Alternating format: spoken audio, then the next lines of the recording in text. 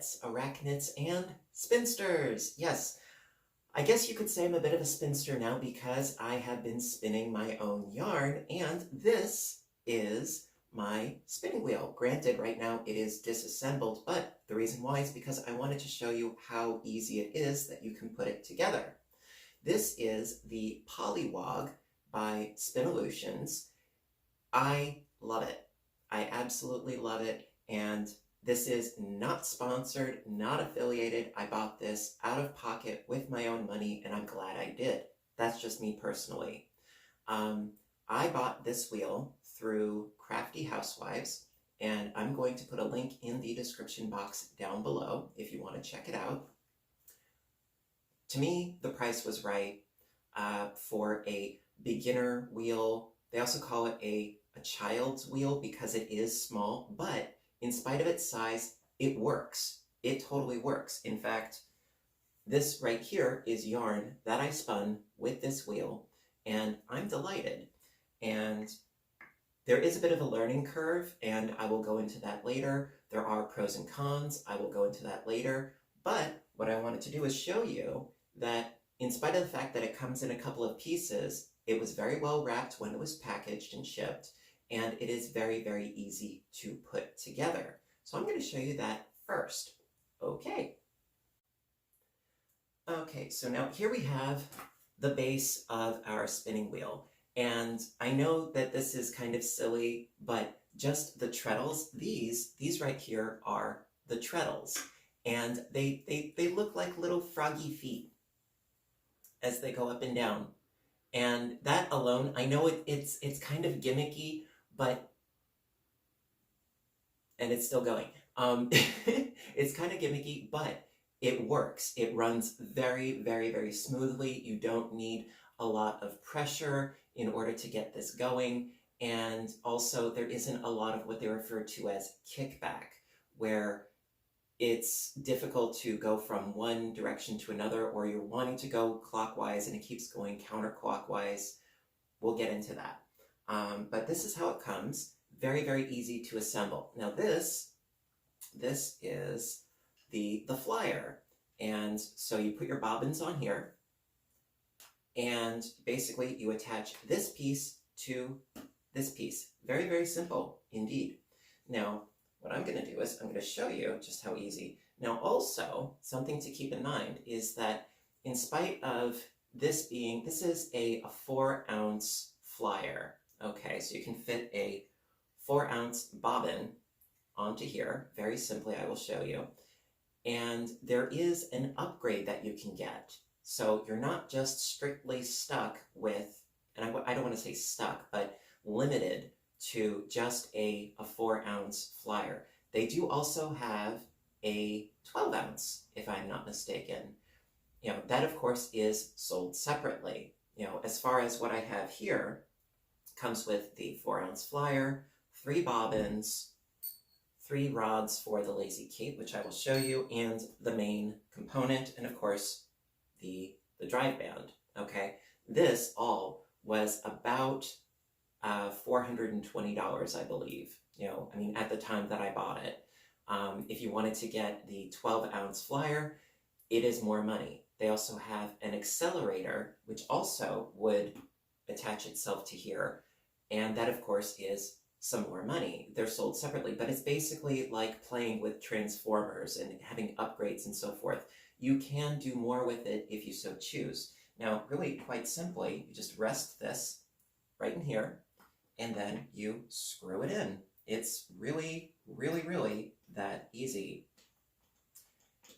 There's a minimal amount of assembly, which for me, that's a good thing.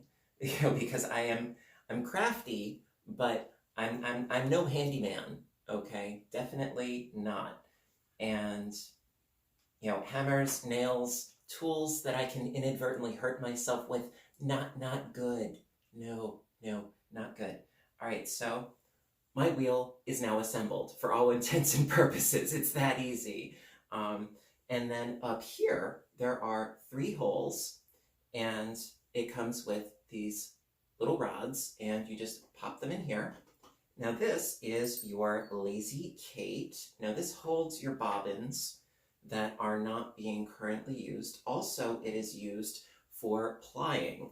So you just stick this right on here. Boop. And boop.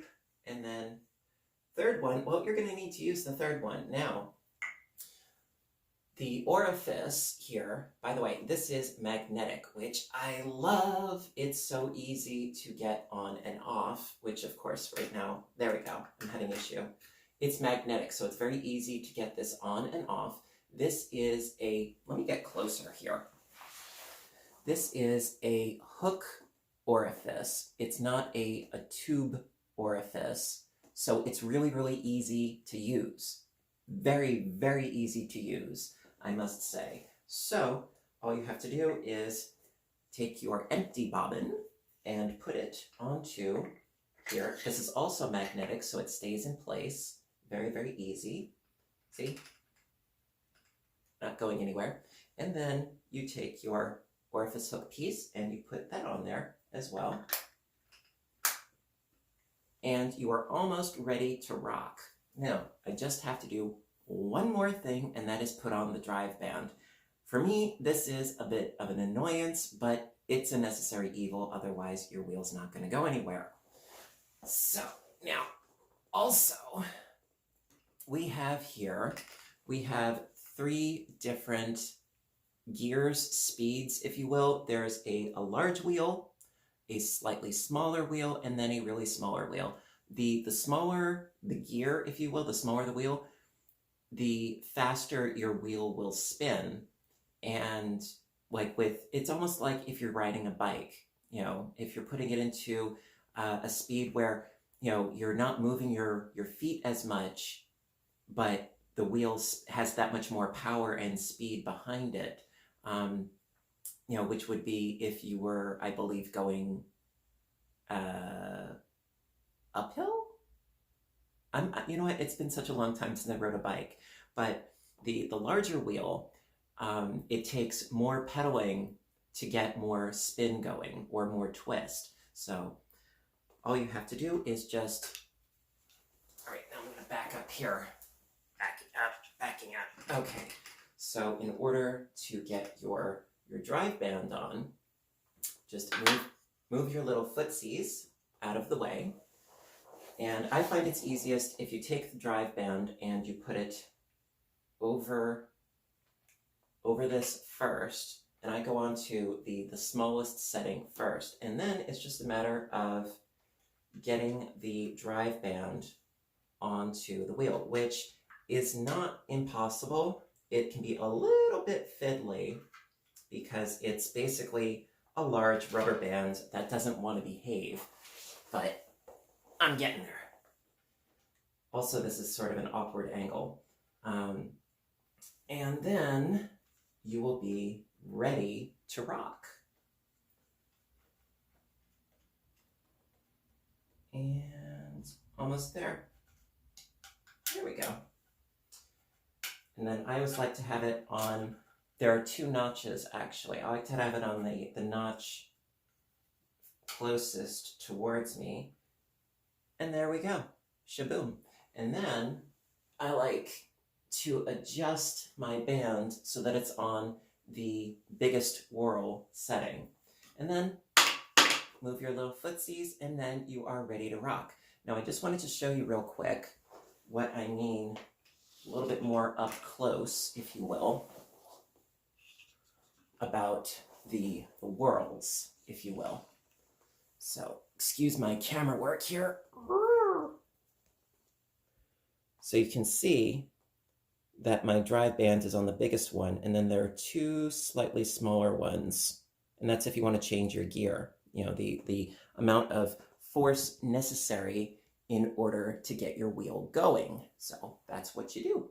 And then last but not least, there's also the tension block. And basically it's this little doohickey right here. And the more you screw it in, the more tension you have. And I'm just going to show you that you can take it out entirely. And sometimes you need to do this because if your wheels start squeaking, which mine generally doesn't, but occasionally it does, I like to have a lot of tension on my wheel because I like for there to be a lot of uptake with my wheel. You know, I like the yarn to not quite get grabbed out of my hand, but I like a good pull. So basically you unscrew the knob and then you take out your little screw, springy-do here, little springy. And then this is your tension block, just fits right in there. And then if it starts squeaking, what I've been told is you just sort of can rough it up on the screw here. You can just sort of abrade it a little bit because this is felt. Now eventually they say that you need to replace the felt. I can manage that, you know. I mean, it's not really a huge make it or break it kind of thing for me, but if I'm doing this wrong, please let me know. And then all you have to do is just replace it back inside. Very, very simple. Am I doing this right? Yeah, I believe I am. Okay. So you just put it back in there and then put this back on there and then screw this back on here. Very, very simple. And then you can adjust your tension thereafter. Okay, so that's the wheel. Okay. That's the ins and the outs. All right, so I'm going to do, you know, a quick cursory deal on how to use the wheel, actually. Now, again, I'm going to have to remove this. Again, it's magnetic, very, very simple. I love it so. And I'm going to show you. Now, to attach your leader onto your bobbin, they have this little thing that looks like a bit of a paper clip, which makes it kind of easier. So I'm going to show you how to attach a leader real quick. So I just grab some yarn. Now, I would strongly suggest using yarn that is acrylic. Otherwise, you're going to, you know, perhaps run into some problems. So I'm just going to grab a nice length here and have it double back on itself and little snippy snip. And then quite simply just do a knot with the two ends like so. Boop. And then snip off the ends, a little excess. And then what I like to do, this is me personally, is I like to, almost like if you're doing a tassel or a bookmark, here's my little knotted end, okay? And then here's the rest of my loopy end right here. I feed this through here and then pull. And that way it's not knotted onto here. It's just sort of slip knotted onto there. And then I sort of scooch it underneath the paper clip, if you will. And it is now in place. Ta-da! Okay, so then the next step, of course, is, well, first, got to put this back on. There we go. And then the next step, of course, is to do the actual spinning. Now, this is one of those things where it's actually easier to do if you are barefooted. You know, I have worked with the wheel with my slippers on, but they kind of get in the way a little bit, ironically enough. It is actually easier if you work with just your stocking feet. And I'll show you the motion, as it were. Let me just flip the camera around here. Hang on. Okay, so we've got a bit of a better view. So Now, this is not how I'm going to be filming me actually doing the spinning because I need both hands. What can you do, right? So basically, I have myself a little bit better situated here, and you have all these pegs, and as you're spinning, you do need to move your yarn down the pegs. Otherwise, it'll get all bunched up. So basically, it amounts to getting yourself situated there. And got my leader here. And then it is a matter of figuring out how much tension you need in order to get the right amount of twist and the right amount of uptake. Now, I really didn't fiddle with my tension block since putting it in there, but let's see what happens. All right, so I'm going to be going in a counterclockwise fashion. And this is really hard to do one-handed. All right, so I'm going in a counterclockwise, and you can see the spin traveling up my loop. And it is pulling, and that is a good thing because I like for it to pull. And you can see that it is gathering on my bobbin. So that is a good thing. Now, you don't want to have a tremendous amount of twist, otherwise it's going to become a kinky mess. However, you can release some of that over twist when you are setting the twist later, when you're soaking it and putting it on the niddy-noddy. So it's not all, it's not all a one-shot deal. All right, so let me show you that again. So just pull this out here and get the twist out. I tell you, this it's easy to do when you have both hands. Trust me. All right, so I'm just going to put that there and then underneath my hook, and then just give it a little bit of a spin. Okay, and come on. There we go. Yeah, there really isn't a lot of kickback once you get it going. And it's grabbing the yarn, it's pulling it in. And my feet really, they have not any real difficulty getting, see now I can go backwards if I want to. But as far as getting it going, it really is quite easy for all intents and purposes.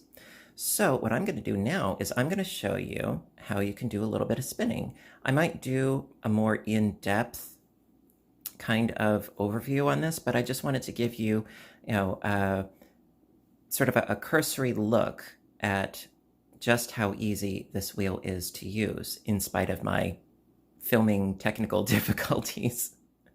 All right, so I'm going to show you some more. All right, so now here's the real McCoy. I'm going to actually show you what it is to actually spin with this wheel. And like I said, there is a bit of a learning curve by all means, but once you get the hang of it, it flies by. And I find this to be so relaxing and meditative. I really love it. Now I have some roving here. This is Heinz 57. I've used this, pretty much from the beginning. It's very easy to spin. It's very foofy, and you really don't need to draft it, pre-draft it all that much. I found this on the Woolery, and it's like $15 a pound. Very inexpensive. It's not the softest in the world, but it's great stuff to learn with, because when you're first starting, it's very easy to make yarn that isn't what you would want to be your finished product. Excuse me, I'm a little tongue-tied. It's not necessarily going to be the kind of yarn that you want to knit a sweater with. You have to practice, and I feel that it's better to practice on stuff that is not very expensive, so you don't feel entirely crestfallen and guilty about having to throw it away, unfortunately. But it is a learning process. That's what you have to remind yourself. So I've got a nice foofy end here at the end, and I'm going to get this started here. So I'm just going in a clockwise manner. So you can see my twist traveling up. And then if you're going to apply this yarn, you would then travel in a counterclockwise fashion. So I'm already going to move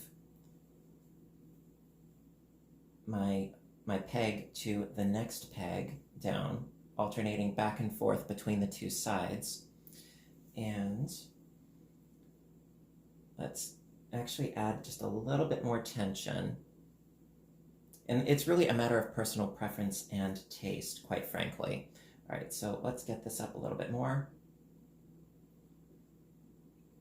There we go. Okay, so then basically it's taking a little bit of the foof at the end here, drafting it out a little, and then putting it through the loop that you have here at the end of your leader, and then pinching it. And this is just my personal way of spinning, okay? There are a million other ways of spinning. This just happens to be mine. Right, wrong, indifferent. I'm still pretty much a novice. I only bought this wheel, I want to say maybe a month ago, so I'm still learning stuff too. All right, so basically what it boils down to is I've pinched this, okay, and I'm going to be drafting with my left hand, okay, and I'm going to control the twist with my right hand. So as I'm spinning, I'm going to let the spin get built up in here and then draft out with my left hand, and then periodically move my right hand out so that the spin keeps traveling up. I'm just going to show, instead of me yammering on and on, I'm going to actually show you what it is that I'm talking about. Okay. All right, so let's get into the good stuffs. Okay, so I'm going to start by getting it ready and then drafting out with my left hand and then moving my right hand. And you don't need a death grip. See, I'm already getting a little bit of over twist here, as you can see, and that's okay. You know, getting a little bit too much of an over twist, but that is okay because I'm just starting the proverbial skein here. And then I'm going to just shift it over. There we go. Okay. So I'm going to just draft out a little bit and then move my hand, draft out, move my hand, draft out, move my hand. So basically with my left hand I'm drafting out, and with my right hand I'm making sure that the spin doesn't keep going up into the rest of my fiber, okay? Like I said, you don't need a death grip on your right hand, okay? By no means. If anything, you're going to end up hurting yourself if you do, because over time, it does take its toll if you do have a death grip. And I speak from experience. I had to learn to loosen up. And so basically what it amounts to is just get your spin going and then move up and then up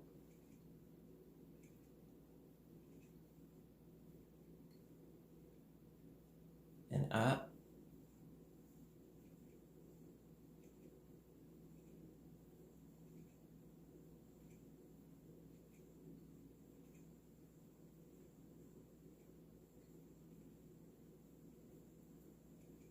kind of mesmerizing, really.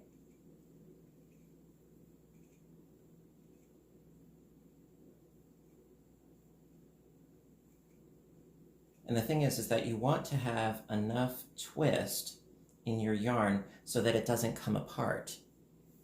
Because if you don't have enough twist, it will fall apart. If you have too much twist, it'll become a kinky mess. So you have to have sort of a balancing act going on between twist and uptake. You know, if I put more tension on, then it'll pull in more.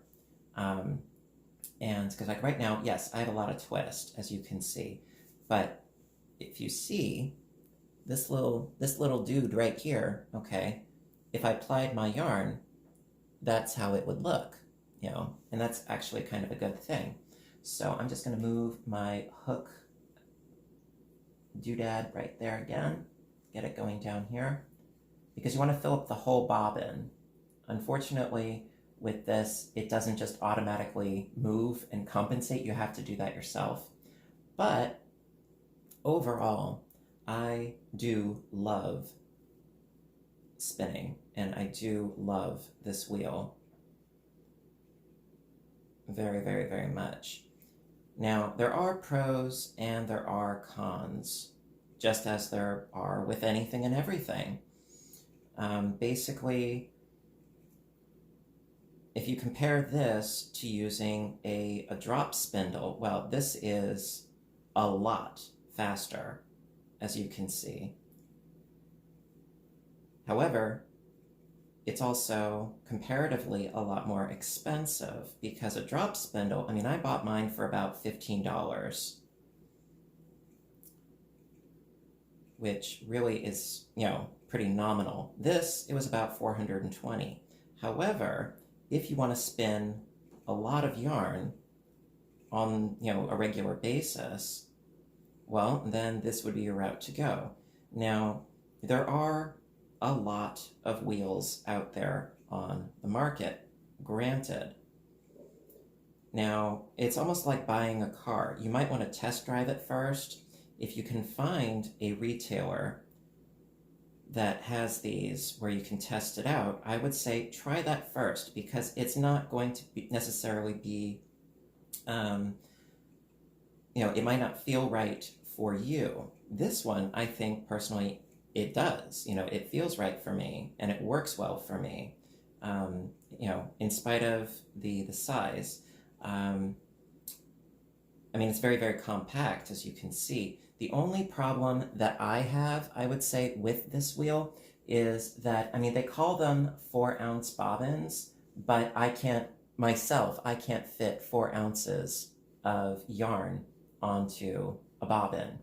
I can fit more like 2 ounces on the bobbin. So maybe it's just me, I don't know, but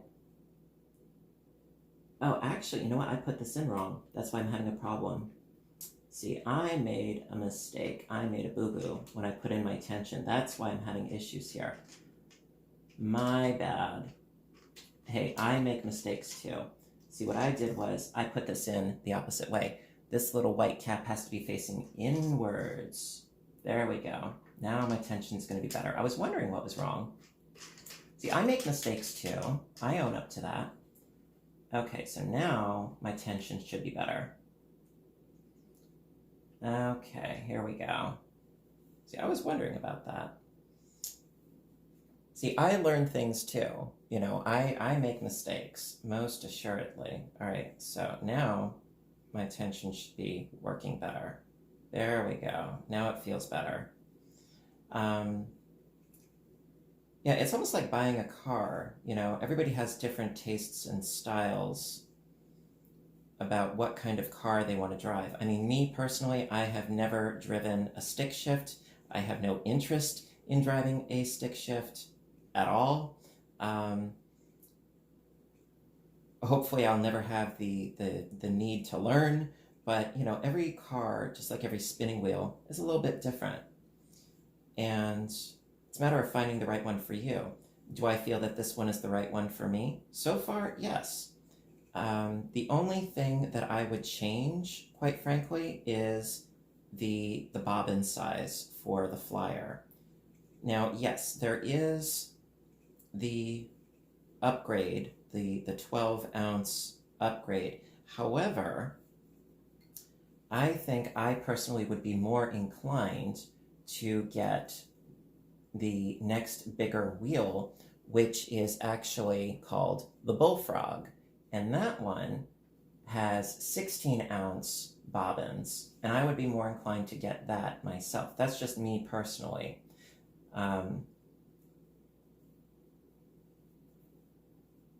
But, you know, we'll cross that bridge when we get to it.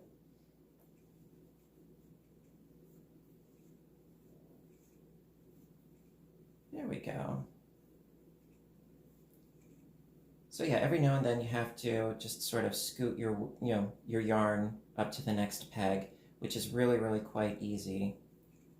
And you can do different thicknesses of yarn. Me, I like to do, I would say, kind of a weight of 2 or 3, and then you can ply it as well using the Lazy Kate. It's really, really quite simple once you get the hang of it.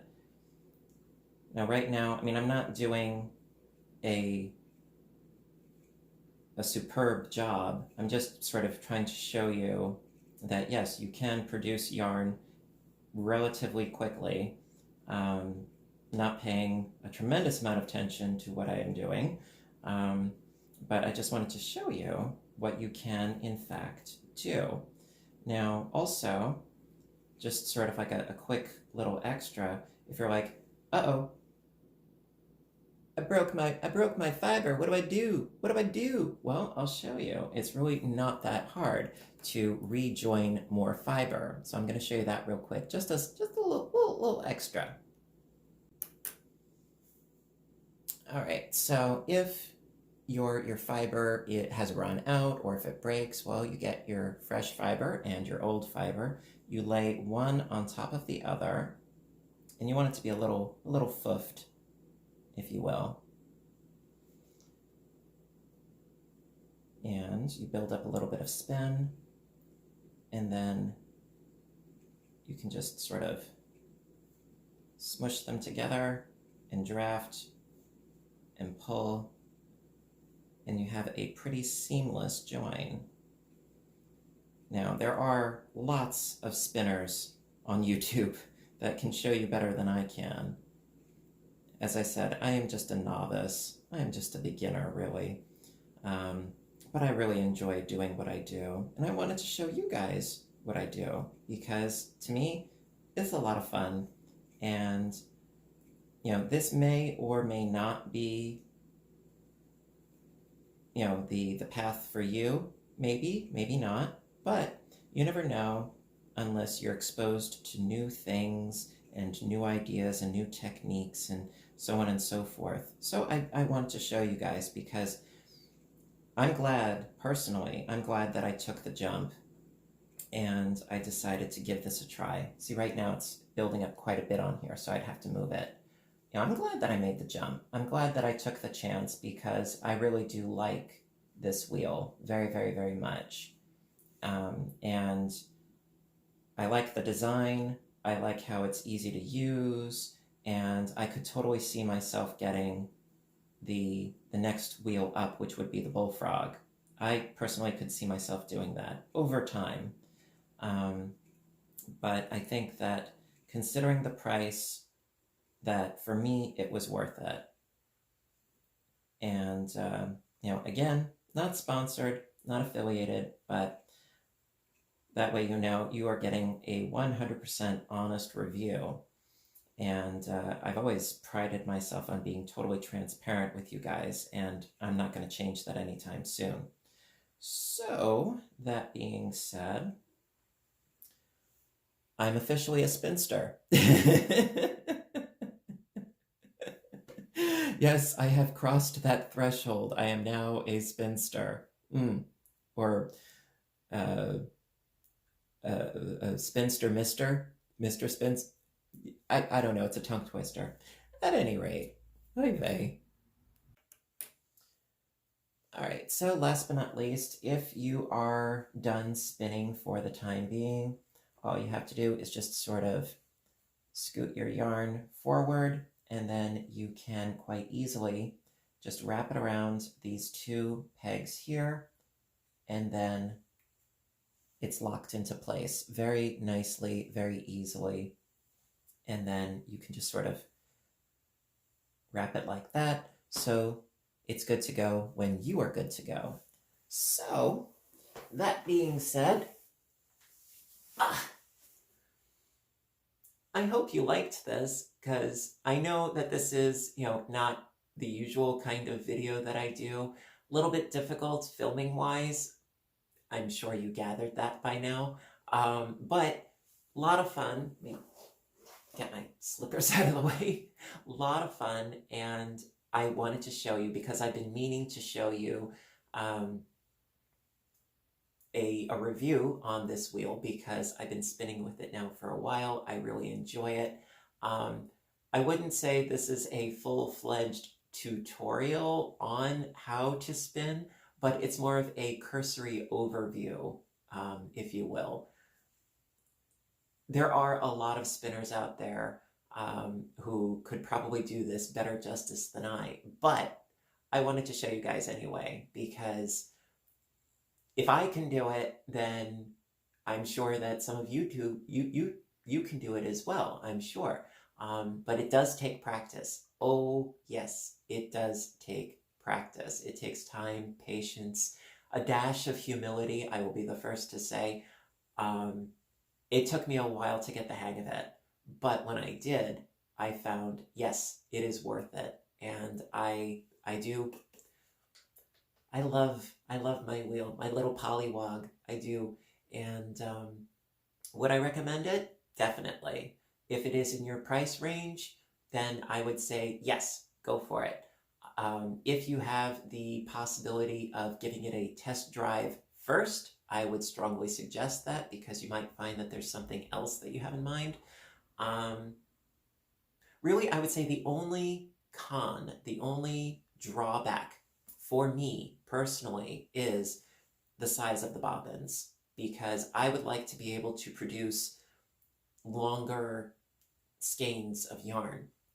Now, I can take a 4-ounce braid and then spin half of it. See, this is 2 ounces on here right now, okay?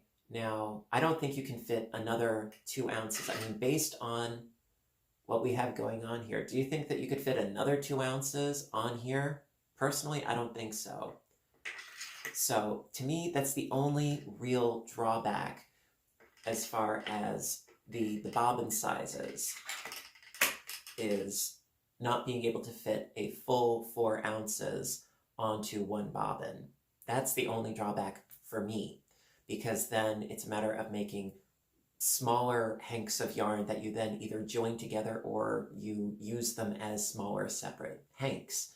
I want to do bigger hanks of yarn, so that's why I'm thinking about at some point getting the next size up, which would be the bullfrog. That's just me personally, but for affordability, for portability, for learning, I think, yes, this is well worth it. You know, and I do not have any regrets, except for the bobbin size, which it's a pretty minor point in the grand scheme of things, because inevitably when you're knitting or crocheting a piece, you're going to have to sew in ends at some point. At some point, yes, you're going to have to do it. It's kind of an inevitability. Words are hard. At any rate, listen, if you enjoyed this, for what it's worth, please give a little thumbs up button down below. I appreciate your appreciation and your support. And if you haven't hit subscribe, please do so as well. Again, I know this is a weird format for a video for me, not my typical spiel by any means, but I did say that I was going to do a review / tutorial on how to use a spinning wheel. I might at some point do a more in-depth spinning tutorial. I don't know. Filming this is really hard. I mean, right now the camera is on my kitchen table. I am on the kitchen floor. I don't have, a lot of rigging set up and so forth. No, I make do with what I have. So I appreciate your patience, and please try not to be too harsh on my filming. I do what I can. At any rate, until next time, I hope you have an awesome day, and I want you to stay inspired, stay caffeinated, and stay stitching and or spinning, and I will see you in my next video. Bye for now.